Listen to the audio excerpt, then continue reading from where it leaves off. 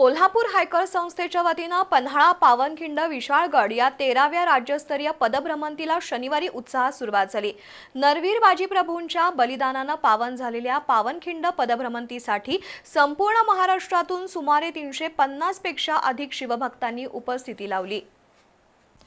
कोल्हापूर हायकर्सच्या 13व्या पन्हाळा पावनखिंड विशाळगड या मोहिमेला शनिवारी सकाळी सुरुवात झाली। पन्हाळगडाच्या पायथ्याला वीर शिवा काशिदेंच्या समाधीचं पूजन पनवेल महानगरपालिकेचे अतिरिक्त आयुक्त डॉक्टर प्रशांत रसाळ यांच्या हस्ते झालं। छत्रपती शिवाजी महाराज नरवीर बाजीप्रभू यांच्या जयघोषाने परिसर दणाणून सोडला।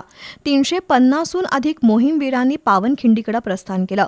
2 दिवसांचा पन्हाळा पावनखिंड विशाळगड हा पायी प्रवास पाऊस आणि धुक्यांच्या लाटा अंगावर घेतच सुरू होता।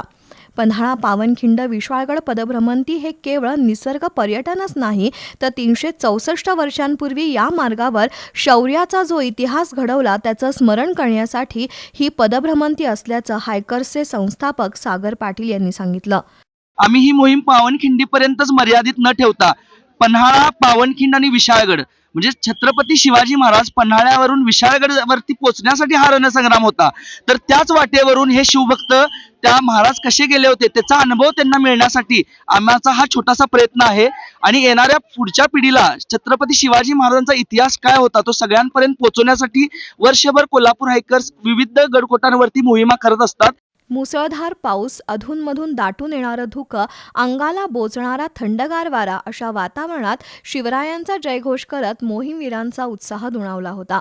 वाटेत येणाऱ्या बिकट परिस्थितीवर मात करून झरे, ओढे आणि शेताच्या बांधावरून आगेकूच करत ही मोहीम आज पोहोचली। युवराज काटकर यांच्या हस्ते पावनखिंडीचं पूजन करण्यात आलं। त्यानंतर ही मोहीम विशाळगडाकडे मार्गस्थ झाली।